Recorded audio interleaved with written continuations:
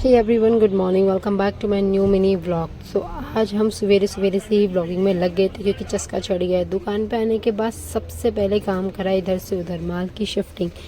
यहाँ एक कस्टमर आ चुका था मेरे आने से पहले ही, तो उनकी गांठ बनाने की हम लोग तैयारी कर रहे थे, जिसके लिए हमें सारा माल यहाँ से वहाँ छोड़ना था, मतलब दुकान पे गोदाम से।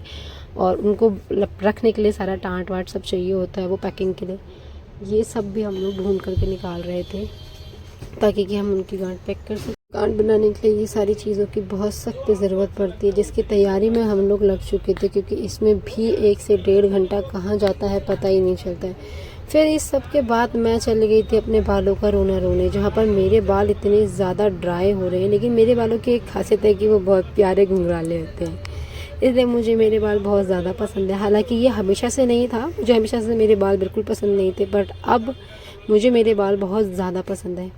इस सब के बाद फिर हम लोग आ गए थे दुकान, जहाँ पर हमने एक कस्टमर को माल भी दिया। उसके साथ साथ ही हमने ये सारी पैकिंग वगैरह आइटम भी कंप्लीट करे। फिर शाम को ये भैया आ गए थे, ये हमारे यहाँ जो स्टाफ में हैं उनके दोस्त थे, इनको अपने लिए पैंट शर्ट चाहिए थी। तो ये काम भैया लोगों का होता है, मैं केवल साड़ी, सूट, लहंगे, लांचे ये सब दिखाती हूँ। तो मैं यहाँ पर से एक छोटी सी क्लिप लेने लग गई।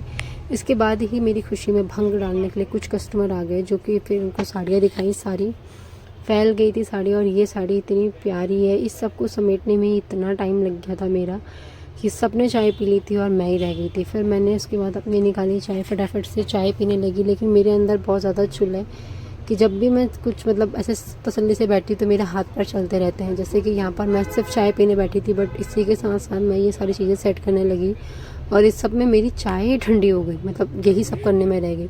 फिर उसके बाद मैंने किया अपने ब्लॉग की एंडिंग, क्योंकि मेरी हो गई थी छुट्टी। तो फिर see you for next time, bye bye guys.